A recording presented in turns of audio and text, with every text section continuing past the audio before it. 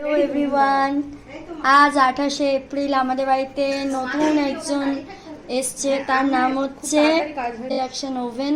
সেই ইন্ডাকশন ওভেনের জন্য একটা স্পেশাল কড়াই এসছে এবং এটা পুরোটাই ইলেকট্রিক এর মাধ্যমে হয়।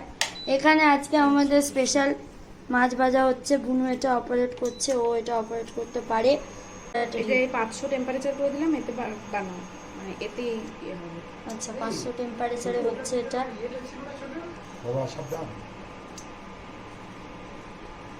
হাত ভাজা করবে মনে হচ্ছে আজকে।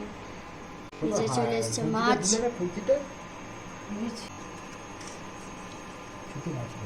প্রথমে লেজা যাচ্ছে,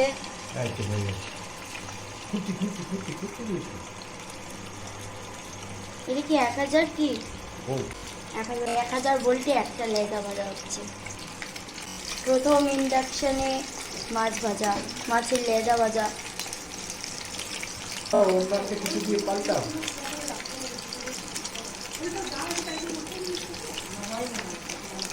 আমি তো কমিয়ে দিলাম, নাহলে মাছ পুড়ে আরো কিছু হয়ে যাবে।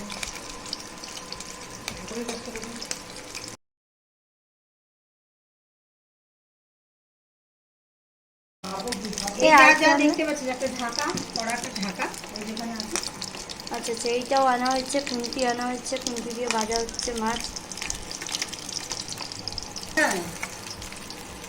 এখনো মাছ ভাজা হয় নাই, মাছ এখনো বসে আছে, উল্টানোই যাচ্ছে না। অবশেষে মাছ উল্টানো হচ্ছে।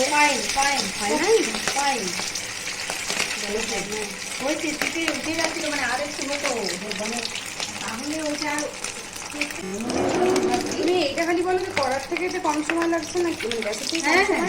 এখনো তো এটা স্টার্ট করেনি, পুরো যখন গরম হয়ে যাবে স্টিলের কাজে, স্টিলের কড়াতে এইগুলোর ইউজটা বলে দে না, বলে দে এটা ইউজটা। ইউজ বলতে এইটা ওইখানে প্লাগে লাগিয়ে অন করলে এখানে লাল আলো জ্বলবে, তারপরে এটা যেই অন, এই অনে অফের যে সুইচটা এটা অন করলে তখন হিট হতে শুরু করে যায়।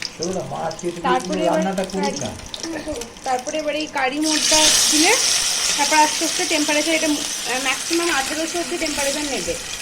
তারপরে এই প্লাসটা দিয়ে, মানে এটা এখন 1000-এ আছে, প্লাসটা দিলে আস্তে আস্তে 1200 হবে, 1400 হবে, 1800 হবে, আর মাইনাসটা দিতে থাকলে তখন আস্তে আস্তে কমতে থাকবে।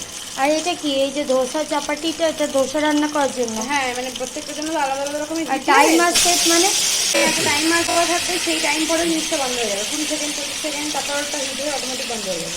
আচ্ছা, ওটা অটোমেটিক বন্ধ হয়ে যায়। তারপর এটা প্রেশার কুকার যদি করতে হয় তাহলে প্রেশার কুকার দিয়ে।